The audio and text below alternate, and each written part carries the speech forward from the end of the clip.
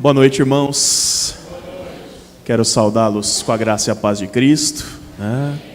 O pastor Marcos disse que vocês puderam retribuir, o dia em que nós os recebemos lá no nosso acampamento. Mas eu queria dizer que vocês nos superaram e muito, Nós estamos até constrangidos pelo carinho, pelo amor dos irmãos por nós no dia de hoje, viu? Alimento, Adalto? Vasto, Nós brincamos com o pastor Marcos que se tiver lanche depois do culto, a gente vai ter que sair correndo. Senão é daqui para o hospital para fazer uma lavagem estomacal, de tanto que a gente comeu hoje, irmãos. Mas enfim, brincadeiras à parte, muito obrigado, especialmente aos jovens, A Vasti, que tanto bem nos recebeu, Amanda, A Vandi, falei Vandi, desculpa, é o cansaço, O pastor Marcos disse que nós estamos cansados, nós estamos mesmo, mas eu queria agradecer a Vandi, pelo carinho, pela organização de tudo que foi feito, Então, louvado seja Deus pela vida de vocês, galera. Nós agradecemos de coração por tudo que vocês fizeram. Hoje pude voltar um pouco à minha infância, tomei banho de cachoeira, jogamos futebol num sol escaldante, descalço, pulei portão, Tinha lá na pedreira tinha uma placa proibida entrar, Eu falei para minhas ovelhas, nós não vamos entrar. Mas como o pessoal de Macabal entrou, e deu um mau exemplo, aí nós falamos assim, então vamos atrás, Não vamos deixar eles sozinhos dessa, Tô brincando, irmãos, Mas hoje eu pude fazer algumas estripulias, E como os irmãos perceberam que eu estou só um pouquinho acima do peso, o corpo sente, Então estou com dor nas costas, nos braços, nas pernas, bolha no pé, tá terrível, Mas eu queria dizer que meu coração está muito feliz e muito agradecido, por a gente poder fechar esse dia com chave de ouro, prestando esse culto tão especial ao Senhor, um culto de ação de graças por mais um ano de vida que o Senhor concedeu a esta igreja. Abra sua Bíblia comigo no Salmo de número 126. Salmo de número 126. Salmo 126. Nós faremos a leitura de todo o Salmo, é um Salmo bem curtinho, muito conhecido pelos irmãos. E é um salmo que fala muito ao meu coração, especialmente em datas festivas, em datas especiais. E a minha oração desde já é que o Senhor possa falar com você da mesma forma, por intermédio desta palavra. Amém? Vamos fazer a leitura então, mesmo sentados, mas com bastante reverência, do Salmo de número 126. Obrigado, irmã. Diz assim a palavra do Senhor. Quando o Senhor restaurou a sorte de Sião, ficamos como quem sonha. Então a nossa boca se encheu de riso e a nossa língua de júbilo. Então entre as nações se dizia, grandes coisas o Senhor tem feito por eles. Com efeito, grandes coisas fez o Senhor por nós, por isso estamos alegres. Restaura, Senhor, a nossa sorte, como as torrentes no Neguebe. Os que com lágrimas semeiam, com júbilo ceifarão. Quem sai andando e chorando enquanto semeia, voltará com júbilo, trazendo os seus feixes. Amém? Palavras do Senhor, irmãos. Na última quarta-feira, eu fiz o dever de casa, fui lá no site da IPI, pesquisei um pouquinho, algumas informações sobre esta igreja. Eu descobri que na quarta-feira, dia 15 de novembro, no feriado do dia 15 de novembro, vocês completaram mais um ano de vida, como o pastor Marcos falou, 86 anos de vida, 86 anos de história. Em Votuporanga, em outubro, nós comemoramos 75 anos, eu já pensava, nossa, que marca expressiva, Eu fiquei feliz quando eu pude ver que vocês estão completando 86 anos, Terceira igreja mais velha do presbitério. Só uma curiosidade, quantos anos tem Macaubal? A igreja aqui, Macaubal tem mais ou menos essa mesma idade. Mais antiga que a igreja católica. Interessante. Então, irmãos, vocês estão completando mais um ano de vida, E eu creio, e eu costumo dizer isso, que cada aniversário, seja o nosso aniversário, o aniversário da nossa igreja, é um momento especial para a gente refletir um pouquinho sobre gratidão. né? Sobre como nós temos expressado a Deus o nosso sentimento diante de tudo aquilo que o Senhor tem feito por nós, né? E de forma especial, de tudo que o Senhor tem feito por vocês nesses 86 anos, né? Esse é um momento de reconhecimento, esse é um momento de nós olharmos para o Senhor, né? E declararmos a Deus que se não fosse a boa mão do Senhor ao nosso lado, né, a boa mão do Senhor ao lado de vocês, né, dificilmente vocês teriam completado essa marca tão expressiva enquanto igreja.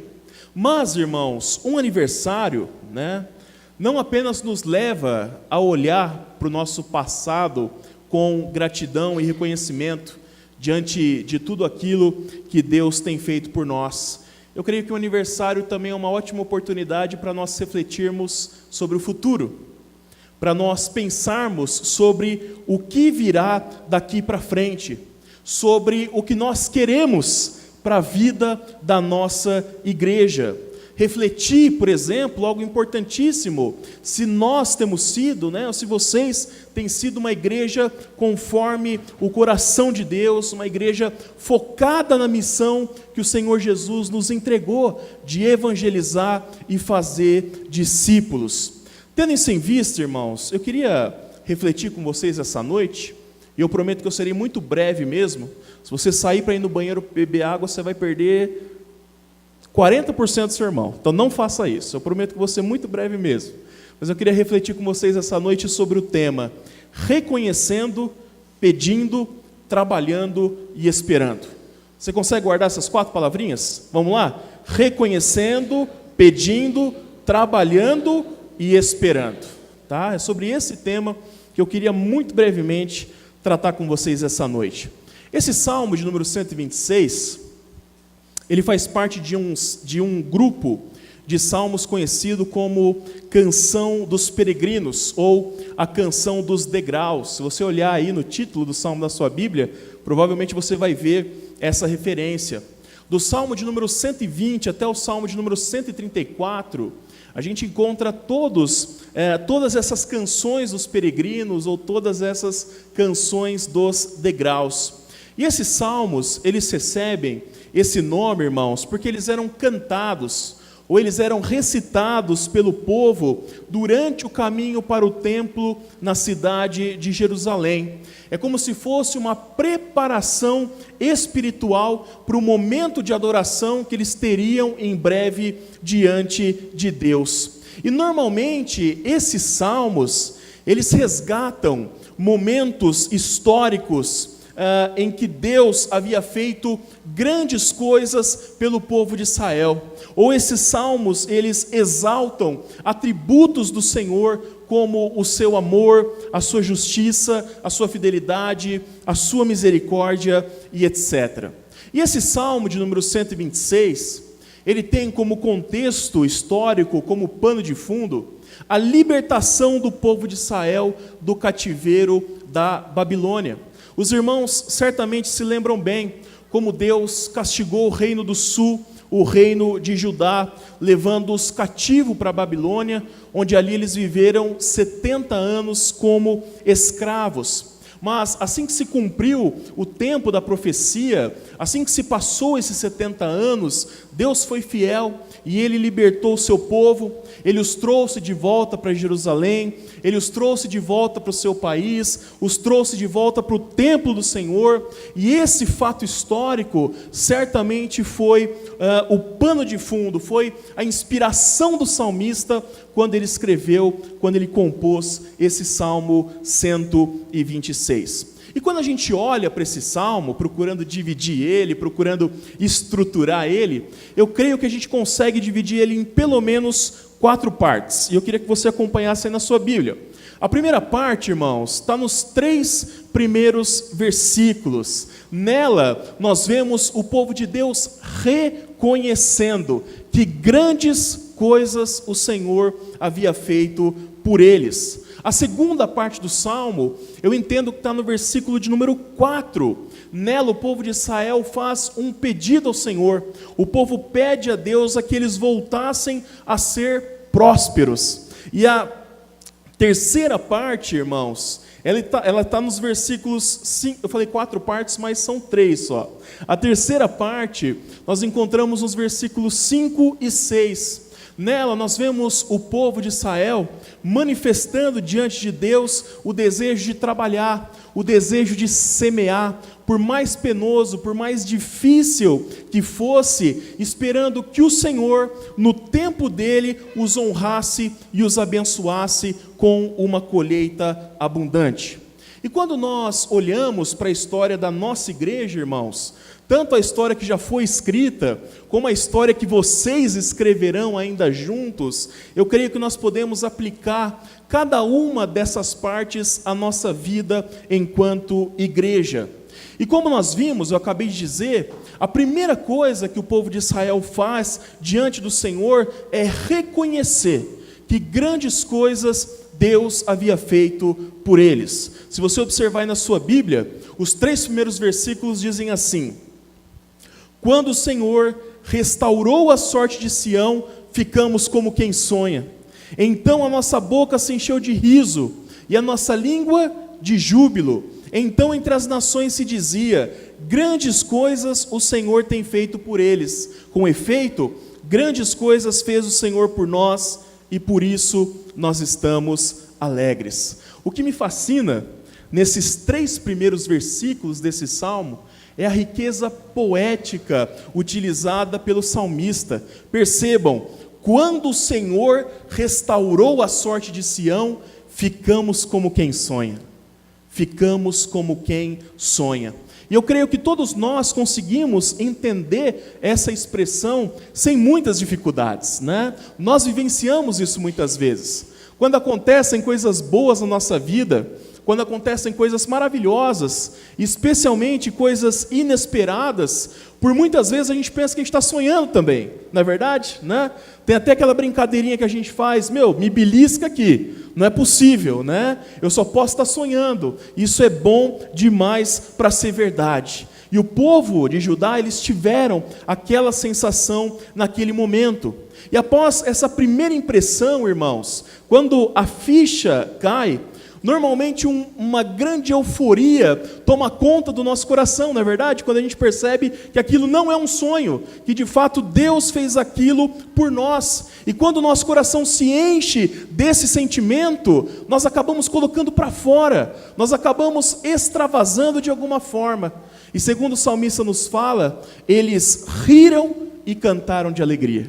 Eles riram e eles cantaram de alegria. Essa foi a forma deles extravasarem diante de Deus aquele sentimento tão forte e tão profundo do coração deles, mediante as grandes coisas que o Senhor havia feito.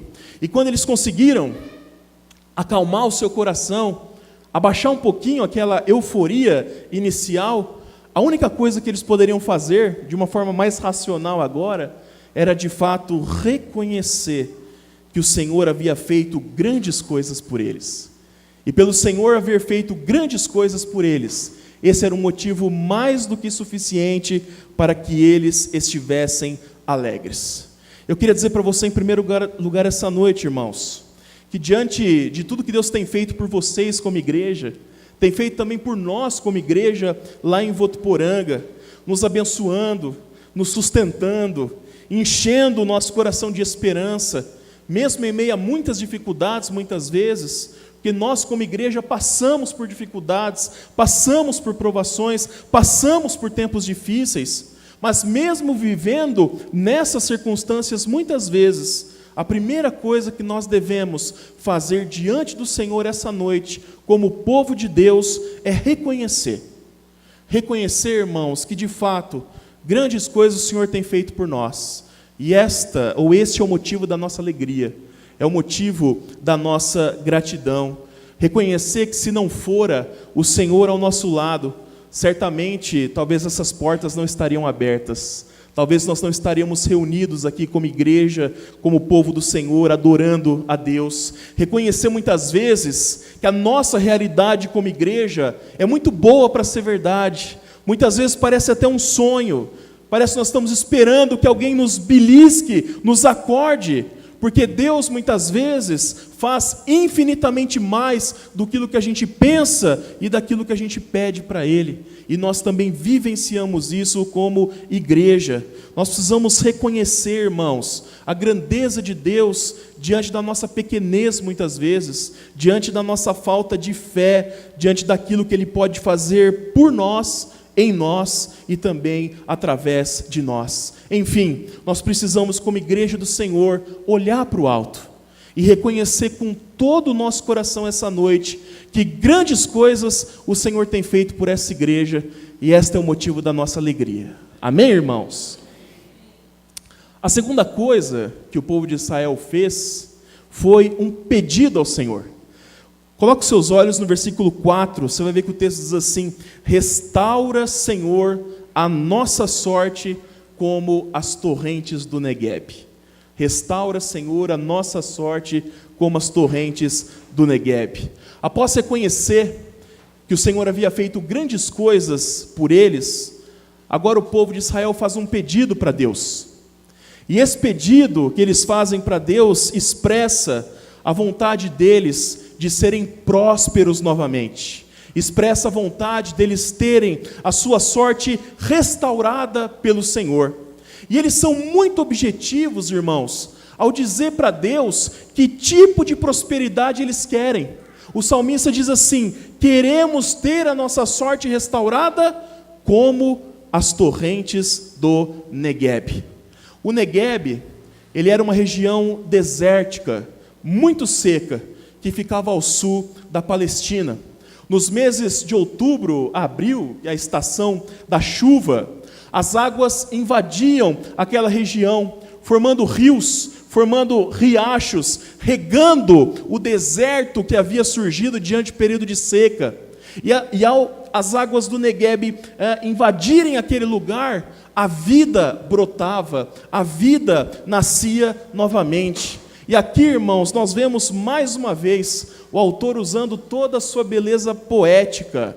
Eu digo isso porque o leito seco de um rio é um lugar sem vida.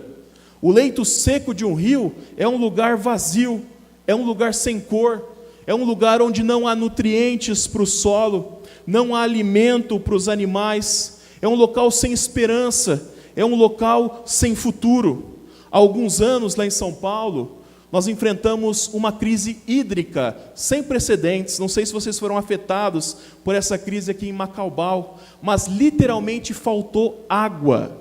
E os nossos governantes falavam: se não chover, vai faltar água, e o racionamento vai piorar ainda mais. No bairro que eu morava, eu tive a triste experiência de ficar uma semana sem uma gota de água na torneira. Algum irmão ou irmã já teve essa experiência de não ter água na sua casa? É algo terrível, irmãos. É uma situação desesperadora. Só por aí eu consegui sentir um pouquinho o que é o leito seco de um rio. E quando o povo de Israel pede para Deus que os faça prosperar, assim como a chuva enche de novo o leito seco dos rios, certamente eles estão pedindo ao Senhor que Deus traga de volta tudo aquilo que a secura do rio levou embora. Ou seja, que traga de volta a vida, que traga de volta a esperança, que traga de volta a certeza de dias melhores, a prosperidade naquilo que é básico, para que eles fossem um povo cada vez melhor e um povo cada vez mais fortes. E por mais, irmãos, que nós, como igreja do Senhor, reconheçamos essa noite as grandes coisas que Deus tem feito por nós, vocês sabem, e nós sabemos que nós temos muito a crescer, nós temos muito a nos desenvolver, temos muito a melhorar, e que nós precisamos sim, irmãos, de prosperidade em todas as áreas, para que nós possamos servir ao Senhor da melhor forma possível. E percebam que aqui eu estou falando de prosperidade para quê? Para servir ao Senhor, né? Eu não estou falando de prosperidade material para minha glória, para o meu deleite, para o meu prazer. Eu estou falando em prosperidade em todas as áreas para servir ao Senhor. Portanto, que esta também seja a nossa oração essa noite.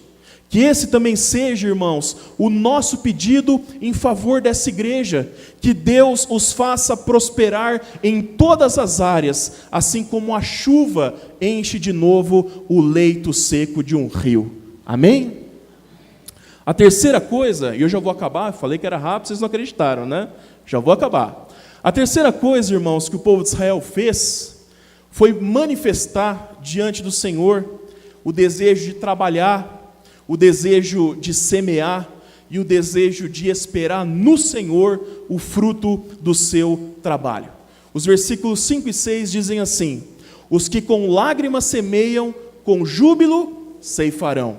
Quem sai andando e chorando enquanto semeia, voltará com júbilo, trazendo os feixes. E aqui a gente pode pensar um pouquinho no desenvolvimento do pensamento daquele povo. Aquele povo, irmãos, que havia saído da Babilônia, que havia retornado à sua cidade, ao templo do seu Deus, aquele povo que havia reconhecido as grandes coisas que Deus havia feito por eles, aquele povo que havia pedido novamente prosperidade ao Senhor, aquele povo decide colocar a mão no arado. Aquele povo decide arregaçar as mangas e trabalhar. Eles oraram, eles pediram a Deus, mas enquanto eles aguardavam a resposta do Senhor, eles não esperaram de braços cruzados. Eles se dispuseram a trabalhar, eles se dispuseram na obra do Senhor, eles se dispuseram a se colocar nas mãos de Deus como instrumento vivo para ser usado na seara. E da forma como o Salmo retrata, não foi um trabalho fácil. Pelo contrário, havia choro durante a semeadura, havia sofrimento, havia dificuldade, mas acima de tudo, irmãos, havia esperança. Havia uma esperança muito profunda de que aqueles que semearam chorando fariam a colheita com alegria.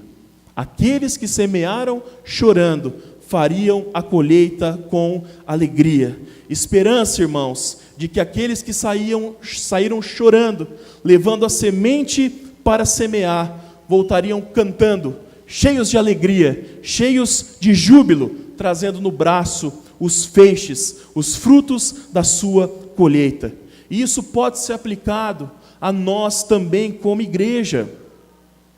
Por mais difícil que muitas vezes pareça, por mais dificuldades que surjam na caminhada de vocês, por mais que nós oremos a Deus pedindo que Ele abençoe a nossa igreja, que Ele abençoe o futuro da nossa igreja, que Ele nos faça prosperar, é indispensável que você faça a sua parte, é indispensável que nós façamos a nossa parte, é indispensável que nós arregacemos as nossas mangas, dispondo as nossas mãos no trabalho do Senhor, para sermos usados por Ele, para que vocês como igreja do Senhor possam semear com abundância, mesmo em dificuldades, e possam colher da mesma forma com alegria. E quando eu falo isso, os irmãos sabem, eu não estou falando de sementes, eu não estou falando de trigo, eu não estou falando de qualquer outro alimento, eu estou falando de semearmos a palavra de Deus para colhermos vidas. Eu estou falando de nós proclamarmos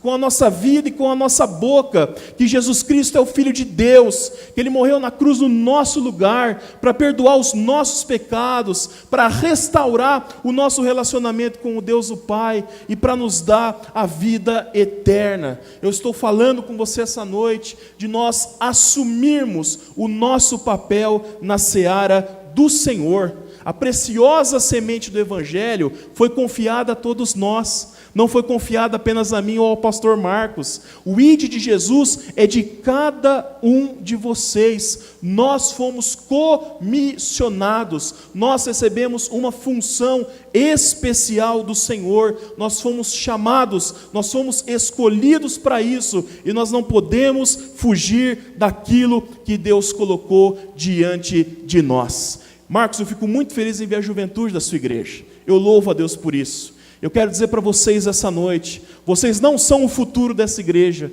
vocês são o presente dessa igreja. Essa igreja precisa de vocês. Vocês são a força, o presente e o futuro. Eu digo isso, Marcos, porque com muita tristeza eu tenho visto a minha geração e as gerações mais novas se perdendo, se afastando dos caminhos do Senhor, e uma lacuna enorme se abrindo na igreja.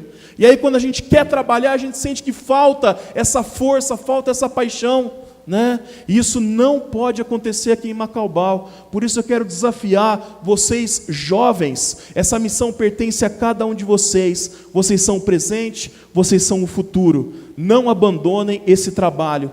O Senhor vai usar vocês, vai usar vocês. Daqui 30, 40 anos, vocês estarão aqui, para a glória do nosso Deus. Irmãos, eu quero terminar dizendo para você que nós podemos ter toda a certeza do nosso coração, que por mais difícil possa ser, como eu já falei, e por mais que lágrimas surjam durante o caminho, Deus vai abençoar essa igreja, se vocês semearem com fidelidade e com abundância. E um dia vocês vão fazer esta colheita com alegria, com gratidão, e vocês vão repetir todo o ciclo que nós vemos no Salmo de número 126, reconhecendo, pedindo, trabalhando e esperando, sempre para a honra e para a glória do Senhor nosso Deus, que nos escolheu, que escolheu cada um de vocês para ser igreja do Senhor aqui em Macaubal. Amém, irmãos? Que Deus abençoe grandemente essa igreja. Eu espero voltar aqui quando fizer 100 anos, viu, Marcos? 120, 150, depois disso eu não passo, mas por aí eu quero estar aqui. Eu quero orar por vocês. Senhor nosso Deus, muito obrigado, Senhor, por mais um ano de vida que o Senhor concedeu a essa igreja, Pai. Louvado e engrandecido seja o Teu nome, Senhor. Nós estamos felizes porque nós temos visto que grandes coisas o Senhor tem feito por esses irmãos, e isso é motivo de alegria no nosso coração e no nosso meio, querido Deus. Senhor, assim como o salmista fez no salmo que nós acabamos de ler, eu quero, Senhor, te pedir em nome de Jesus, que o Senhor faça com que essa igreja seja próspera, meu Deus, próspera espiritualmente, Senhor, próspera, Senhor, no chamado, no desafio do Teu Espírito, Senhor, próspera no cumprimento da missão de pregar o Evangelho, de discipular, Senhor, para a honra e para a glória do Teu nome, Pai. Aviva, Senhor, a Tua obra aqui nessa cidade, aviva essa igreja, meu Deus, Senhor, dá ânimo aos corações desanimados, meu Deus, Senhor, dá persistência àqueles que estão enfrentando dificuldades, Senhor, para que eles possam seguir firmes aqui nesse lugar, para que eles possam entender que o Senhor os chamou para estar aqui, e que eles ainda têm uma história a escrever, querido Deus, Senhor, e enquanto essa história é escrita, meu Deus, que o Senhor possa continuar abençoando, sustentando essa igreja em todas as áreas, meu Deus, porque essa igreja existe para a honra e para a glória do nome de Cristo, o cabeça da igreja, o Senhor da igreja. Senhor, fica com esses irmãos tão queridos, ó Deus. Eu te louvo nesse dia com todo o meu coração pela vida de cada um deles, Senhor, e por esses 86 anos que eles completaram essa semana. Pai, é a oração que nós fazemos no nome de Jesus, nosso Senhor e nosso Salvador. Amém, querido Deus. E que a graça e a paz do nosso Senhor e Salvador Jesus Cristo, o grande, o imensurável amor de Deus o Pai, a comunhão, a consolação, a direção que vem do Espírito Santo, esteja sobre a vida de cada um de vocês e sobre todo o povo de Deus espalhado pela face da terra, hoje e para todo sempre. Amém, Senhor. Amém.